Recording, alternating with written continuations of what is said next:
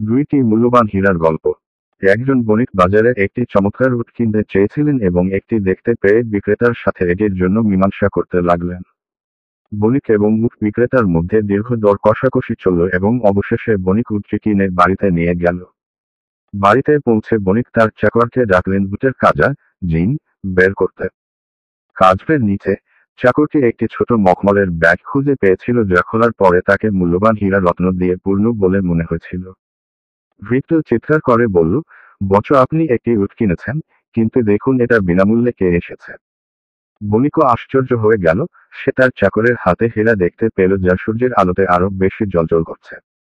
বণিক বলল, আমি একটা উট কিনেছি, হীরা নয়, আমার অবিলম্বে ফেরত দেওয়া উচিত। ভৃত্য মনে মনে ভাবছিল, আমার মনিব কত বোকা। তিনি বললেন, কে জানবে না মালিককে। তবে ব্যবসায়ী তার কথা না শুনে তৎক্ষণাৎ বাজারে পৌঁছে মখমলের ব্যাগটি ফেরত দেন দোকানদারকে। উট বিক্রেতা খুব খুশি হয়ে বলল, আমি বলেই গিয়েছিলাম যে আমি আমার মূল্যবান পাথর কাজের নিচে লুকিয়ে রেখেছিলাম। এখন আপনি পুরস্কার হিসেবে যে কোনো একটি হীরা বেছে নিন।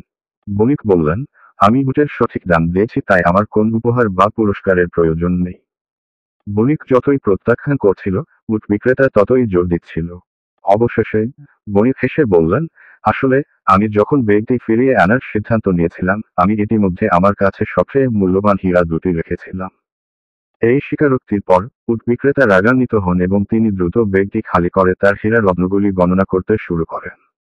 কিন্তু স্বস্তির দীর্ঘশ্বাসে তার গণনা করার পর তিনি বললেন, এখানে তো আমার সবগুলো হীরাই আছে, তাহলে সবচেয়ে মূল্যবান দুইটি হীরার কথা যে বললেন যা আপনি রেখেছিলেন, সে দুইটি কি ছিল? বণিক বলেছেন, আমার সততা এবং আত্মসম্মান। বিক্রেতা হতবাক। এই দুইটি হীরা আমাদের কাছে আছে কিনা তা খুঁজে বের করার জন্য আমাদের নিজেদের দিকে দৃষ্টি দিতে হবে। যার কাছে এই দুইটি হীরা, সততা এবং আত্মসম্মান আছে, নিঃসন্দেহে তিনি বিশ্বের সবচেয়ে ধনী ব্যক্তি।